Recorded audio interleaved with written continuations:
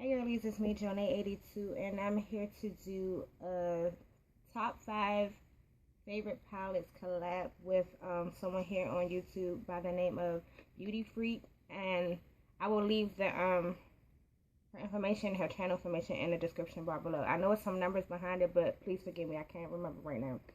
So I'm gonna just quickly go through my top 5 palettes. I have some cheek palettes. Eyeshadow palettes, of course, which are, y'all know how I am with palettes, and a concealer palette. So I'm gonna go ahead and get started. First, for a neutral palette, I chose Naked Basics because this is my most used naked palette, to be honest, and I like it because it's travel friendly. I believe it's very versatile and universal. And I feel like a lot of skin tones can use this palette. And if you don't know, they do have a Naked Basics 2 coming out soon. And if you follow on Instagram, you have seen the pictures and the comparisons of the two palettes. So far, yeah, a lot of people are saying they're going to pass on it. But me being an Urban Decay chick, I know I'm going to get it anyway.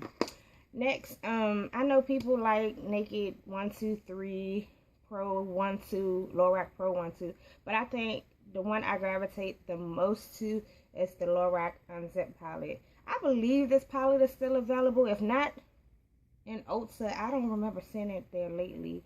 I believe the Lorac site still has this palette, and I like this one because it's kind of similar to Naked 3. It does have a lot of rose gold tones to it right there. But I don't know, I just like this one, and I like the quality of these shadows seems slightly different to me compared to the Lorac Pro 1.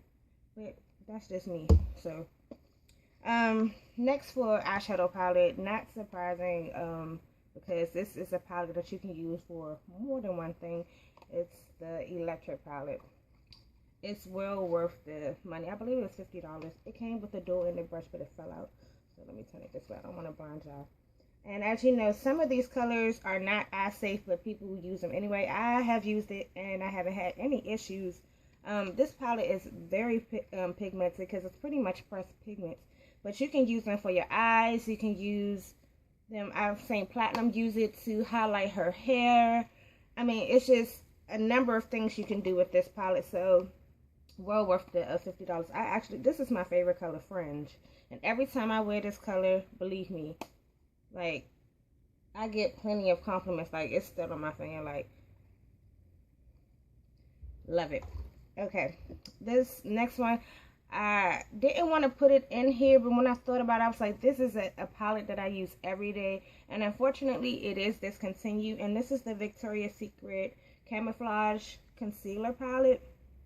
I used to use a MAC concealer for my eyebrows, but you guys, look, like, since I basically got this palette, I'm hitting pan on these two colors. So for my summer routine, I'm not wearing foundation at all. So the deepest shade is my skin tone. So I clean up my brows, the top and bottom, with this color. But usually when I wear a full face makeup, I would do under my brow with this middle color to give me a highlight, and I'll use this on top of my brows so it can blend naturally.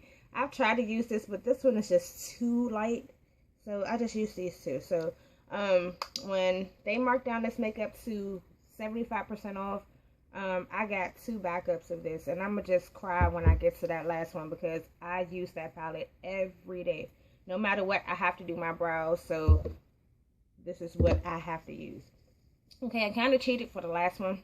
This is the 5th one, and it's actually 3 palettes, but I'll show you why I kind of cheated.